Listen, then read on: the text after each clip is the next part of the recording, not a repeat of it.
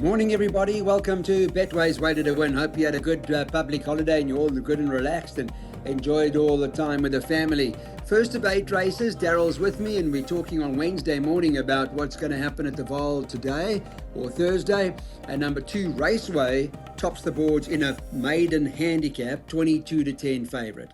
3 Putty, they shortened that. It shortened in from 7 to 2 to 33 to 10. Not a lot of money, but there is interest in Robin Claessen's runner. 1 code word is 7 to 2. And number 5, Delaware River, is 9 to 2. It is 10 to 1 and better about the balance. Yeah, so the start of our card today, I see we've got a couple of maiden handicaps to contend with this morning, Daryl. Not easy whatsoever, Clyde. Opening leg of the bar pots, I've chosen to go wide because I don't think the form lines on offer over here are of any particular strength. Uh, number 1 code word, 9, a penultimate start. She did run in a maiden handicap, but you can see, Clyde, that was a mark of 48. She's now a 64. Uh, she could run fresh over a distance short of her best, but I'm skeptical about her chances. Raceway, also, she appears moderate at this stage of her career. Last time out over the 1,000 meters, Clyde, she was staying on throughout the running of that race. In that race, there was a filly called Willow Lady who finished just behind her. And since then, Willow Lady has come out and beat Pooty. So on a line through Willow Lady, you're probably going to be leaning towards Raceway. In saying that, Pooty was making her debut on the Highveld, and she could have stripped a little bit fitter. I respect her chances. The one, excuse me, Clyde, the one I'm leaning towards is number 5, Delaware River. Now, she did disappoint last time out around the bend. The stable was very quiet at that particular time. Go back 3 runs in her second start. If she reproduces a similar effort to that 5th when running beyond Mystical Miss, I believe she's the one to focus on over here. But like I said, I don't like the look of the race. Let's hope we survive. Okay, well.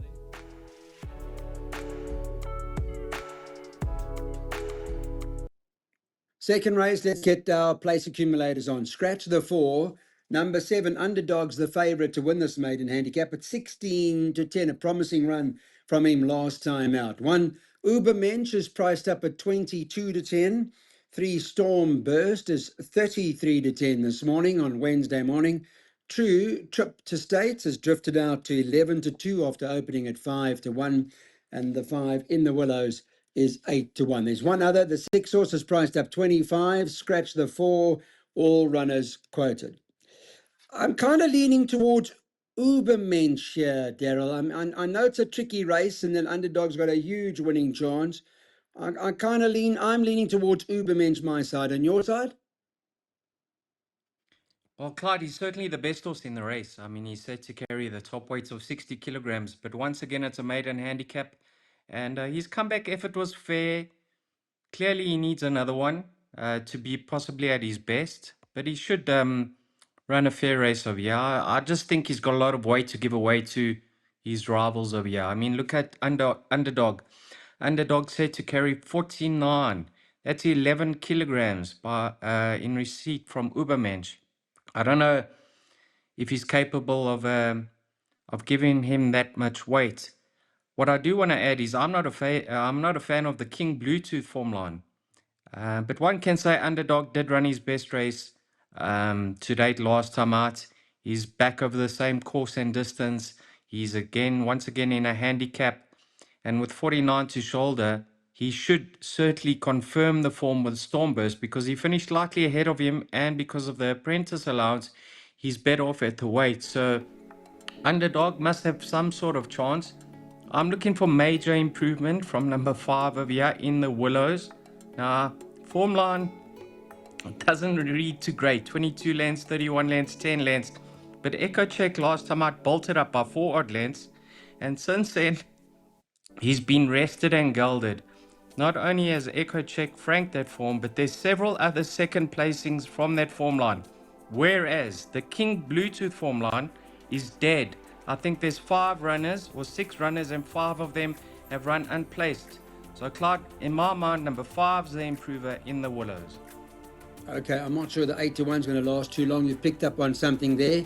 In the Willows, the 5-us, huge respect for that. And in our place accumulator, we're going 2 runners, 5 and 7.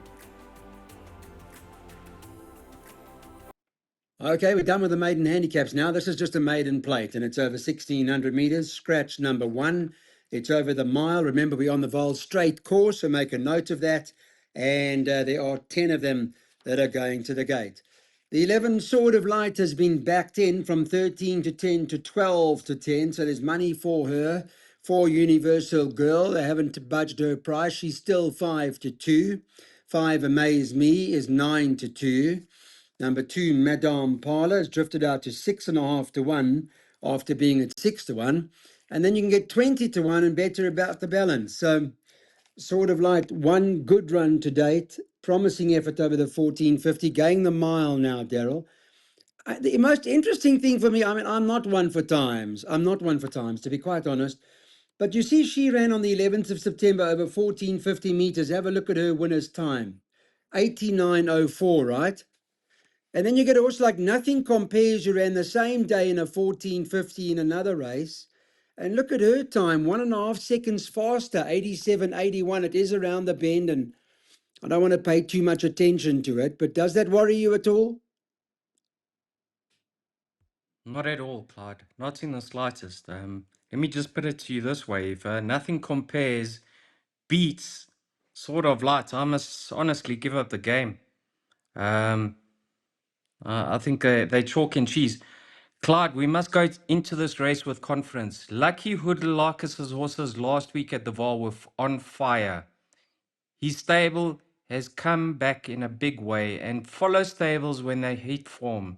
You are going to get a run for your money. I mean, there's no certainty in the game, but you rather want to go into an event with a stable horses generally in a good rich vein of form than a stable that hasn't hit the board in recent times. So number 11, Sort of Light. I loved her debut effort. If you watch that race carefully, she was given a chance from a tricky draw around the bend, and she actually moved in, Clyde. 400 meters from home, she was within a length of the front runner. And then she just got tired. It was her first start, and I don't think that form line's bad whatsoever. In that race, Clyde, she actually beat a horse, right? Who, by the name of Beach Walker. Now, Beach Walker, 2 runs prior, ran behind Palace Attack. Palace Attack just got touched off by a very nice horse in Echo Check. And in that race, your horse, Frere Jacques, has come out to frank that form. I think it's the strongest form in this race when you consider her market rival in Universal Girl got beaten by a filly called Bella Boop Boop. Now, yes, she was given a chance from a tricky draw and she stayed on, and the connections made it clear that she would be in need of further, and now she's been stepped up to a mile. But I'm of the opinion Sword of Light's form line is much stronger than Universal Girl. Now, interestingly, Clyde, the false rail, the inside is set at 0 and the outside comes in by 12 meters. So maybe, perhaps the inside is a place to be and Sword of Light is drawn too. I think she's going to love the step up in trip. Her dam won over 2400 and she'll even go further in time to come. So yes, I'm bankering number 11, Sword of Light. I've got respect for Universal Girl. I don't think she's going to be ridden cold as what she was on debut. And then Amaze Me and Madame Pompadour are probably the 3rd and 4th selections. So yes, banker number 11, Sword of Light. I'm hoping she gets rolling early and she can fend off her main rivals. That's good news. Coming from Daryl, confidence with number 11, Sword of Light. He sort of summarized Universal Girl with Bella Boop Boop's analysis. And he's also bankering Bellerophon just a bit later on. So we've got 2 bankers in our PEX.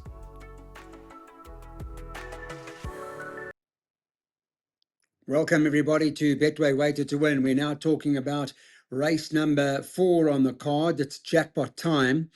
And the market has got them like this: 8 Bellerophon, favourite firm at 11 to 10. 13 Amazing Queen is 22 to 10, no adjustments in the market there. Number 2 7th Street is next in at 9 to 2. And number 10 Nebraska is at 10-1. It's 16-1 and better about the balance. So he was backed first time, this horse, Daryl, of Fabian Habib's. He moved in, he showed speed, he was up there, etc. Looked like he was going to challenge and go through with it, but he got just a little bit tired. He was green first time out. He goes into the mile. I'm also interested to know how you summarize a horse like Amazon Queen. Where does she fit in here? Yeah, interesting, Clyde, that you mention her because she is the filly and she is set to carry 54 in receipt of 3 kilograms from Bellerophon. I think she did show improvement in her second start. Obviously, she had learned a lot more because she was more interested in the early stages, a lot more aware. And yeah, I think she has to be considered for trifectas and quartets, but I'm not doing handstands over her form lines. I'm still on the fence with regards to her. Because of the strength of the field, I think she should feature in the top three.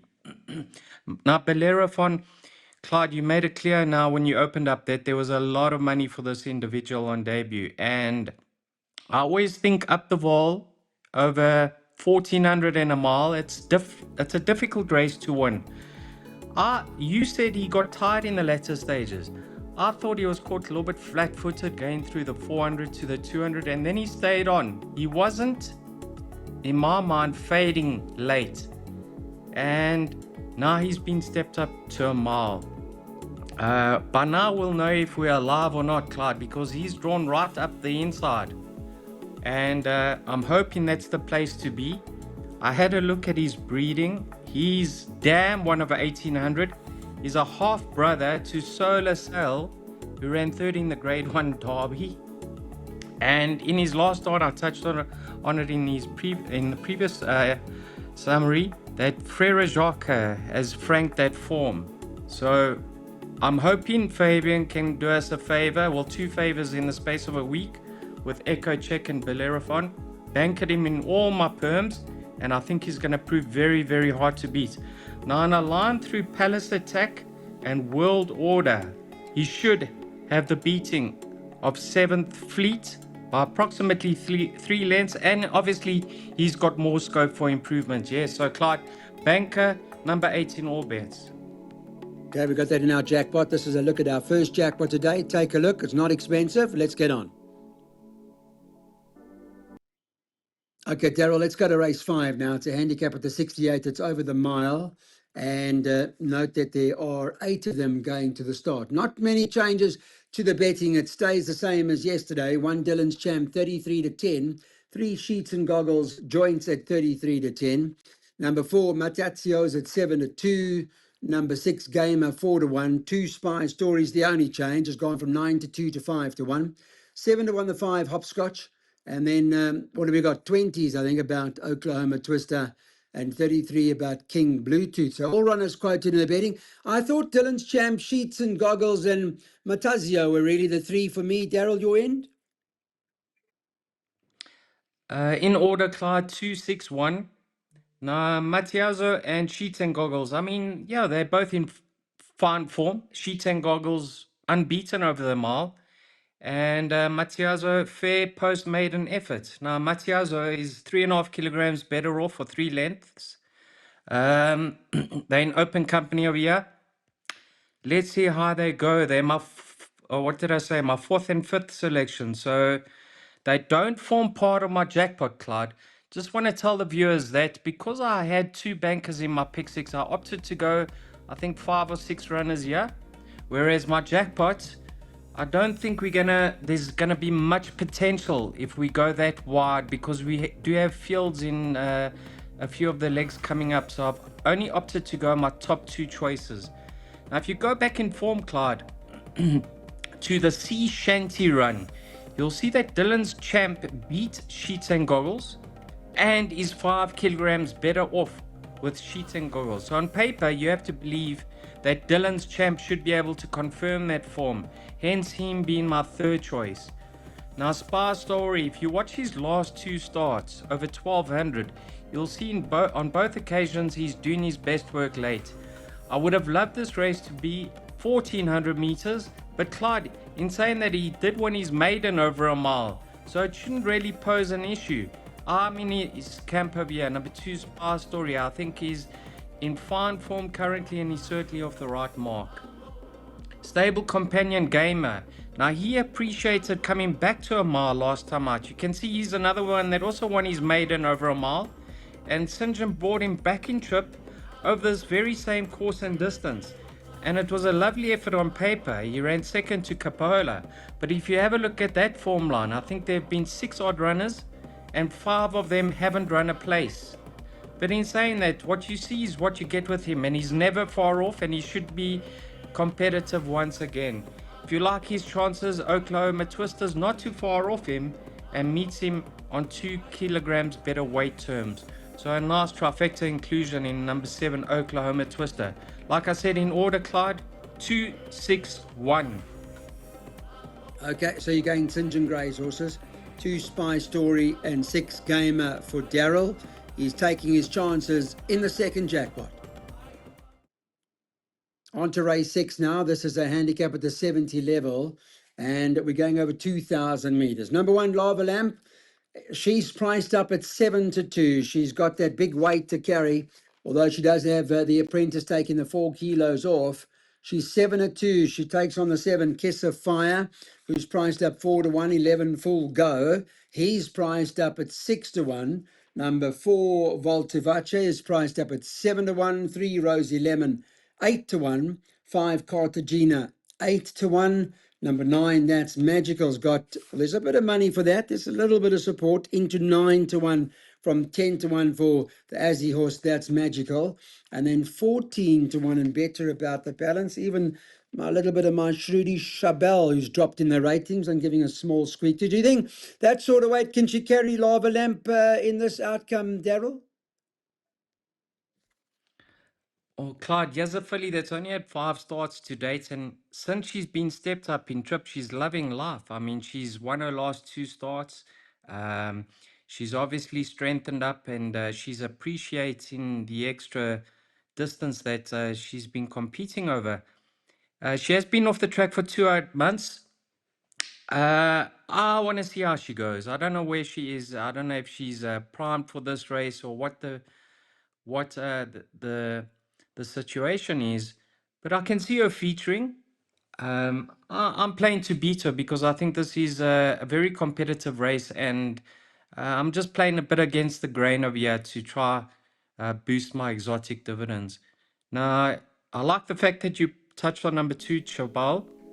But one thing Fabian's made it clear, he does have his issues. And I think if he's able to breathe and he's moving well come tomorrow, if you go back in his form line over this particular course and distance with the very same jockey, he ran second to Aladdin's Lamp. And in that particular race, he was desperately unlucky. He was balked at a crucial stage of the race. So Yanni is, over the very same course and distance, off a £2 lower mark. I think you have to take his chances seriously, but you can't be relying on him because you can see he can be quite inconsistent at times. But I think off his current mark, he should be competitive. So I like his chances in a difficult race. Then you go down to number 7 over here, Kiss of Fire. Now this is a 6-year-old mare, but she's really in fine form. And I love the turn of foot she displayed in her last start of the 1800 meters. The apprentice sticks with her. She's only got 53.5 to shoulder, and she gets the extra 200 meters. And last time out, she was extending away from her opposition in the latter stages. So here's a filly or a mare that's in great form. Her form line has been franked with Red Sparrow winning from there. So I think she can feature once again off that particular weight. And then at the bottom of the field, Clyde, number 12, the Merciful. Here's a horse that comes into the race with 52.5 to shoulder. I think if he can get handy with that weight, he could be competitive. I don't think he possesses quite the turn of foot to pick them off in the straight, but he can keep on rolling.